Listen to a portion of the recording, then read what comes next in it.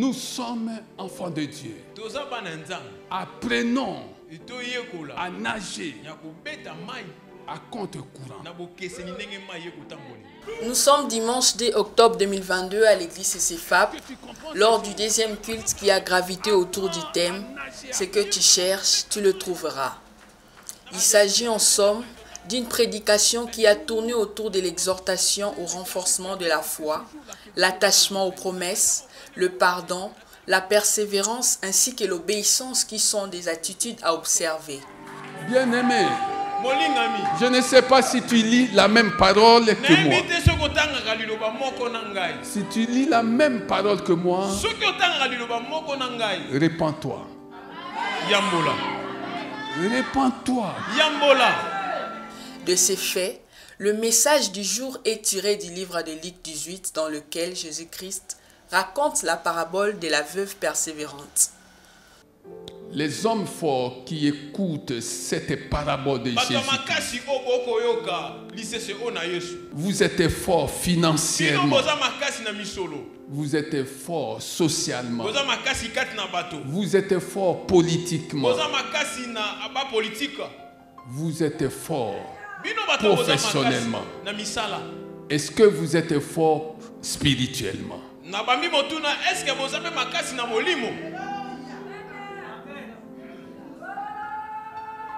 Alléluia. Amen.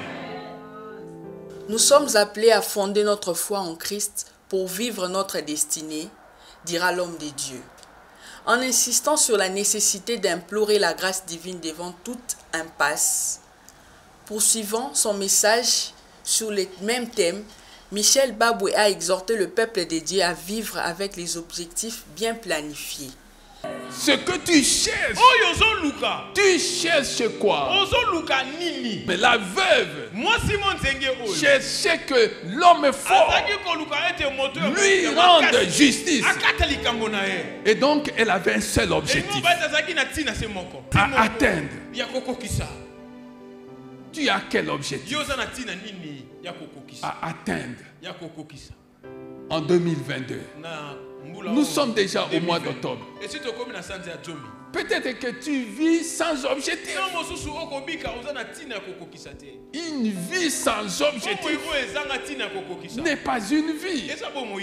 Un enfant de Dieu doit vivre avec des objectifs précis. Il faut voir les objectifs que tu dois atteindre. Alléluia. Amen. Et cette femme savait que la partie n'était pas facile. Mais elle n'avait pas désemparé. Elle savait que la partie n'était pas facile. Elle savait que le juge était un homme fort qui ne recevait aucune injonction de la part de personne. Elle a fait quoi? Elle a persévéré. Est-ce que toi tu persévères dans ta marche spirituelle? Est-ce que tu persévères? Il suffit seulement que tu apprennes qu'on a dit à ton sujet, parce que tu es intouchable. On a dit à ton sujet que c'est toi qui serais à l'origine d'eux. C'est toi qui serais à la base d'eux. Église on a mis qu'on a soute.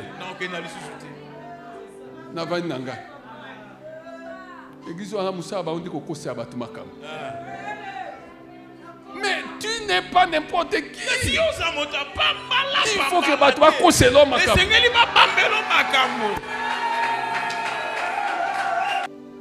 Dieu c'est qu'il y a des gens qui doivent sanctionner. Dieu sait qu'il y a des gens qui doivent sanctionner. Dieu sait qu'il y a des gens à qui il doit faire justice.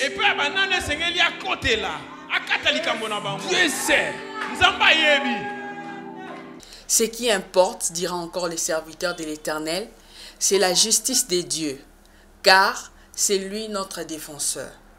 Dans la même optique, le messager de l'Éternel dégage 4 points essentiels illustrant ses propos. Le navette infructueuse devant être contrebalancé par la persévérance pour arriver au résultat. Pour illustrer la dimension de la persévérance, l'orateur du jour s'est inspiré de l'histoire des enfants d'Israël en révélant que c'était une famille de 70 personnes qui étaient entrées en Égypte, qui s'agrandira ensuite pour devenir toute une nation appelée Israël. Je prie que toi qui entends ces choses, si tu es dans une situation avec la partie adverse, je prie que Dieu te fasse justice. Ce qui est important, si seulement tu entends ces choses, ce n'est pas ce qu'on t'a fait.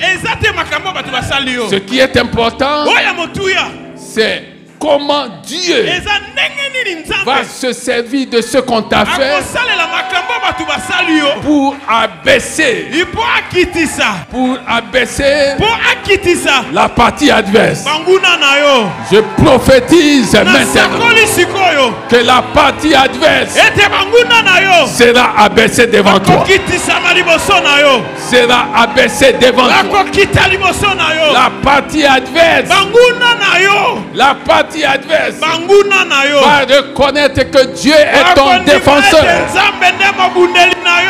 La partie adverse va déchanter. Ah oui, oui, bien-aimé. Dans le troisième point, les visionnaires de CCFAP va mettre en exergue la notion du pardon. Pour citer enfin sur le quatrième point relatif à l'obéissance, porte-étendard de toute réussite. Cependant, l'homme de Dieu pose les socles de ces 4 mots en un seul, celui de la relation. Celle que les enfants de Dieu doivent entretenir avec leur Créateur. Nous devons apprendre à tisser cette relation afin d'être capables de nager au milieu de l'océan de l'adversité de la vie, conclut-il. Pourquoi Jésus est-il venu sur la terre? Parce que sous l'ancienne alliance, ils ont entendu Dieu parler sur la montagne. Ils ont vu même la fumée. Ils ont vu des flammes et de feu. Sous la nouvelle alliance, Dieu lui-même s'est fait homme. Il est venu vivre avec les hommes. Le même Dieu qui parlait sous l'ancienne alliance est devenu homme. Pourquoi faire?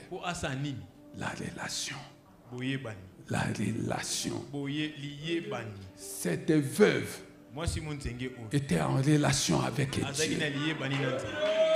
La relation, bien-aimé. Parle-moi de tes relations. Oh, je connais un tel. Il est à tel niveau, dans telle institution. Je connais un tel. Il est ceci, il est cela. Et après, ton énumération de connaissances s'arrête là. Nous nous disons, je connais Dieu. Et Dieu me connaît. Je suis en relation avec Dieu. Je suis en relation. Même si un vent violent soufflait. Même si un vent violent soufflait. Je suis en relation avec Dieu. Cultive une bonne relation avec Dieu. Et rien ne te fera plus peur. Cultive une bonne relation avec Dieu. Rien ne te fera plus peur. Tu vas avoir une autre lecture des choses. Si tu as été béni, acclame le Seigneur des Seigneurs.